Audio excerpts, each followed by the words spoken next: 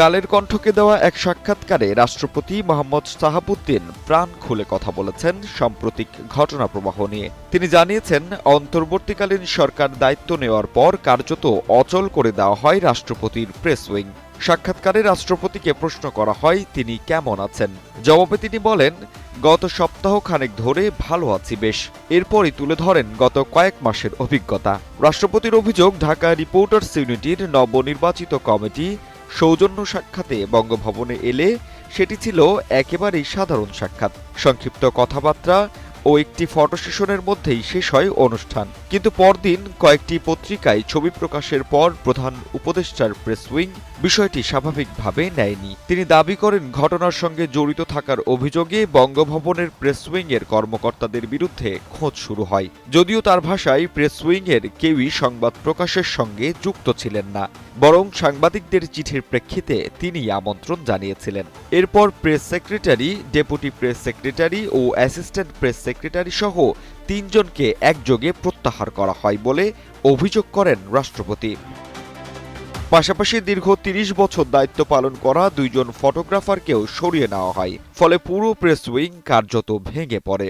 রাষ্ট্রপতি জানান, বর্তমানে বঙ্গভবনে কার্যকর কোনো প্রেস উইং নেই।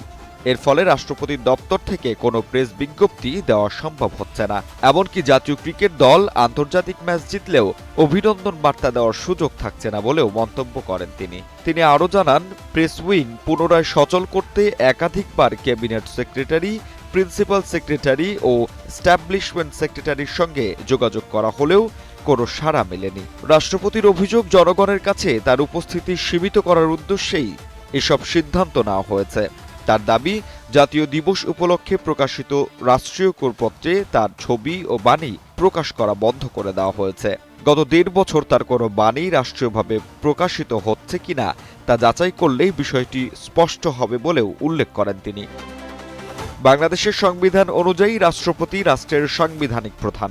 রাষ্ট্রপতির দপ্তর কেবল আনুষ্ঠানিক বাসভবন নয়, এটি একটি পূর্ণাঙ্গ রাষ্ট্রীয় প্রতিষ্ঠান। আর সেই প্রতিষ্ঠানের গুরুত্বপূর্ণ অংশ হল প্রেস উইং, যার দায়িত্ব রাষ্ট্রপতির কর্মকাণ্ড, বক্তব্য ও রাষ্ট্রীয় অবস্থান জনগণের কাছে পৌঁছে দেওয়া। বিশেষজ্ঞদের মতে, রাষ্ট্রীয় প্রোটোকল অনুযায়ী প্রেস উইং রাষ্ট্রীয় যোগাযোগ ব্যবস্থার অপরিহার্য অংশ।